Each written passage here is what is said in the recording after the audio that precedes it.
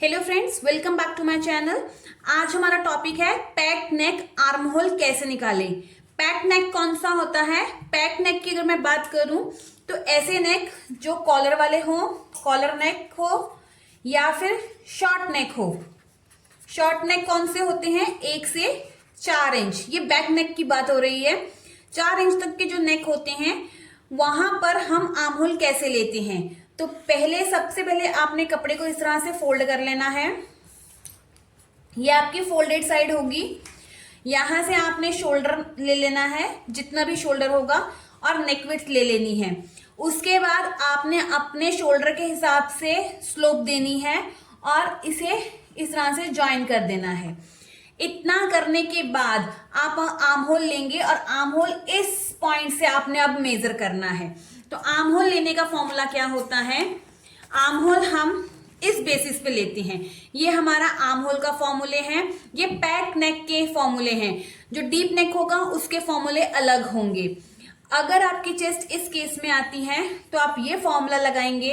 अगर आपकी चेस्ट इस केस में आती है तो आप ये फॉर्मूला लगाएंगे। अगर यहां आती है तो ये फॉर्मूला लगाएंगे।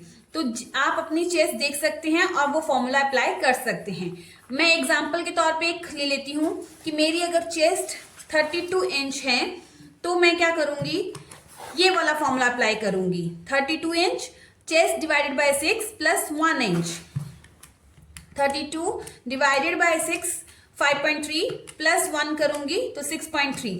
तो मैं यहां से 6.25 इंच नीचे आऊंगी 6.25 और यहां पर चेस्ट लाइन ड्रॉ करूंगी। फिर जो भी मेरी फिटिंग होगी, फिटिंग देके यहां से मैंने आर्म होल ड्रॉ करना है। इतना क्लियर है? एक और एग्जांपल ले लेते हैं। मान लीजिए अगर मेरी चेस्ट 42 होती तो इस कैटेगरी में आती, तो मैंने क्या करना था, 42 डिवाइडेड बाय 6, कोई ऐड नहीं करेंगे, कुछ माइनस नहीं करेंगे, तो 7 इंच आया। तो मैंने यहाँ पे फिर 7 इंच शोल्डर लेना था, सॉरी आर्म होल लेना था, और चेस्ट लाइन फिर मेरी ड्रॉ होती और आर्म होल की शेप देती। तो इस तरह से हम पैक नेक में आर्म होल देते हैं। एक चीज ध्यान रखिएगा कि पैक नेक में शोल्डर स्लोप डेफिनेटली होगी और आर्म होल हमेशा यहां से मेजर किया जाएगा। Thank you.